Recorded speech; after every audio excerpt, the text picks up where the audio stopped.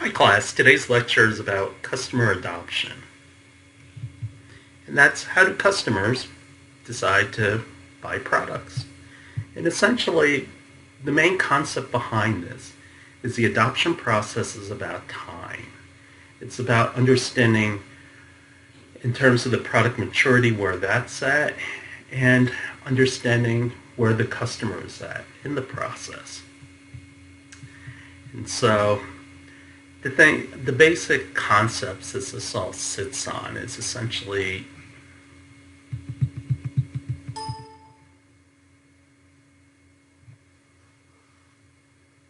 hi class. So today's lecture is going to be about customer adoption. Why do customers adopt products? And how do they evolve? And so that's what this lecture is primarily about. It's about time. How the customer changes over time, and also how does the product change over time. So the basics and the foundation that this all sits on is, first of all, your customer will change over time. Essentially, as they become more familiar with the product, their needs are going to change. And so the question is, can you keep pace with them? The thing is, your customers' needs and the way they look at your product depends on the maturity of your product. If it's a brand new piece of technology like the iWatch, you're going to have lots of questions about it. On the other hand, if it's something like toilet paper, you pretty much have made up your mind where you're going with that. The thing is, your customer also changes in terms of context, that all these things we talked about in terms of the landscape affect how they look at it. For example, furs. In the 1970s, it was perfectly acceptable to have a fur. A fur makes a lot of sense in terms of keeping you warm because it's what animals use to keep themselves warm. But then what happened is the 80s came along and the 90s came along, and all of a sudden it was about hugging and taking care of animals, and it was wrong to basically breed animals to slaughter them for their skin. And so now people don't wear fur anymore. And so you see how the context of situations matter too. A very good example is globalization. A lot of things we take for granted in the United States, developing nations would absolutely love those services. An example of a difference in globalization is in the Middle East. As it turns out, people there like to use cash. They don't like to use credit card. So all of a sudden, credit card-centric businesses like PayPal or Uber, Uber's primarily based on you having a credit card. Those models don't do very well over there. And so the question also in terms of the development of your customers, how much perturbation, meaning how much energy do I have to put in this? Do I get them to act? The adoption process has 4 parts. First part is, are you aware of my product? How do I get your interest? How do I get you to consider it? If you believe you have a good product, fundamentally, if I can get you to try it and you have an interest, you will buy it.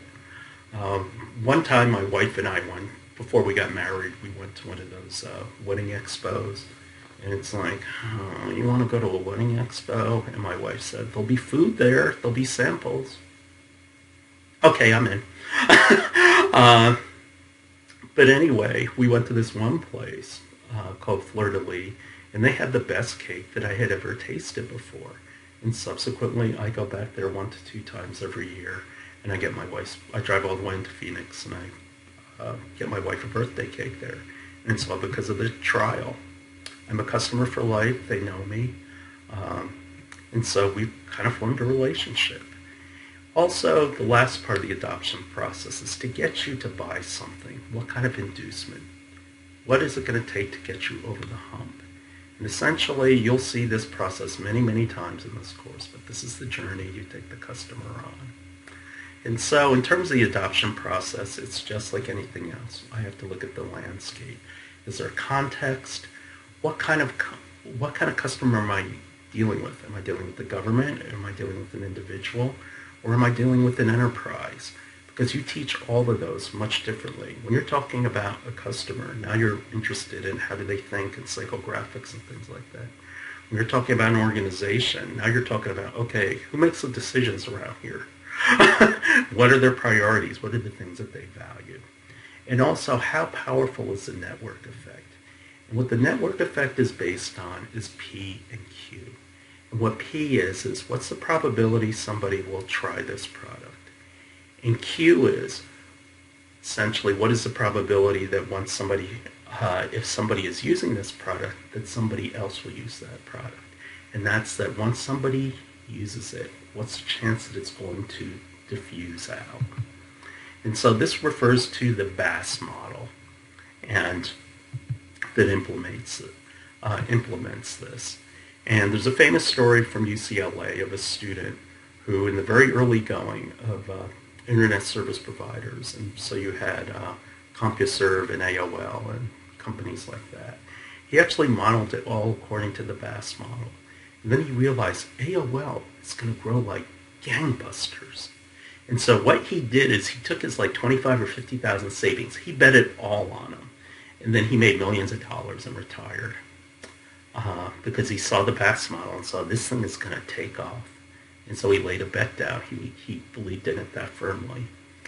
But essentially, so a good customer is one that has a high P and a high Q.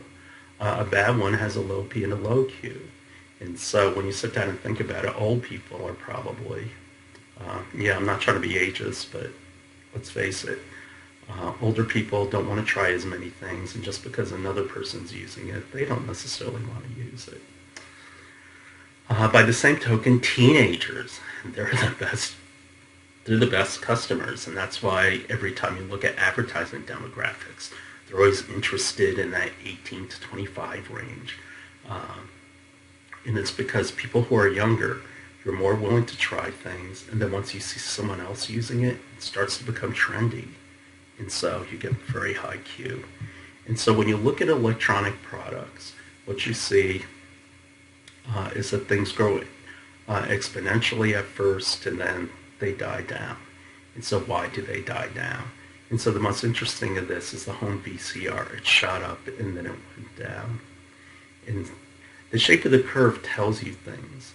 What happened with the VCR, the reason why it went down, is how long does a VCR last? You can keep those things for 10 or 15 years and they'll still run. And that's the problem they ran into. Essentially, they had a big shoot up, but then everybody who wanted a VCR pretty much had a VCR, and so then it started to dive down. This is the equation of the BAS model, and it's based on probability distribution functions. I'm not going to quiz you on it. I'm not going to ask you about it, but you can look at it.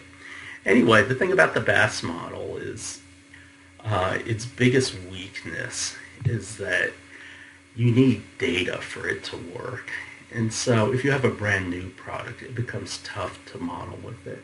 However, where it is strong is you can look at analogous products. For example, predicting how HD TV was going to grow.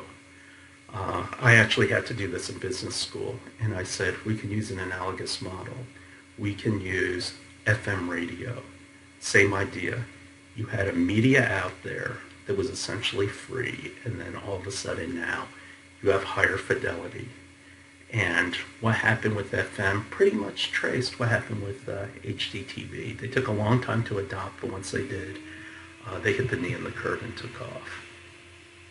The thing about when we look at this process of awareness, it comes down to either richness or reach. And what richness is how personalized is the experience, versus reach, which means how do I touch a lot of people? I mean, there's a huge, huge difference of you walking into, say, a Nordstrom versus you walking into a Fry's Electronics. And Fry's Electronics, good luck trying to find anybody, and then good luck trying to find somebody who isn't going to be snarky. By the same token, at Nordstrom, they're rolling out the red carpet for you. And so based on richness and reach, as you can see, these are the different channels. But something like search engine optimization isn't going to necessarily have a lot of richness. It's not going to give you the warm fuzzies, but you can reach a lot of people. In terms of customer interest, it's based on values, and we've talked about values. Actually, everything we talked about in that lecture can be summarized in this map. This is probably a good thing to have when you're having a quiz and want to look things up quickly. Essentially, what drives decision making, what's the process we go through to make decisions, how can market influence it, and what kind of customers are there. In terms of functional acquisition, we talked about before previously, in terms of product, what do people look for, access. Yeah, some of these are reviews, but they pertain to this, and so that's why I paste them in again. Essentially, in terms of emotion, how do we make connection in terms of experience? So we're talking about Maslow.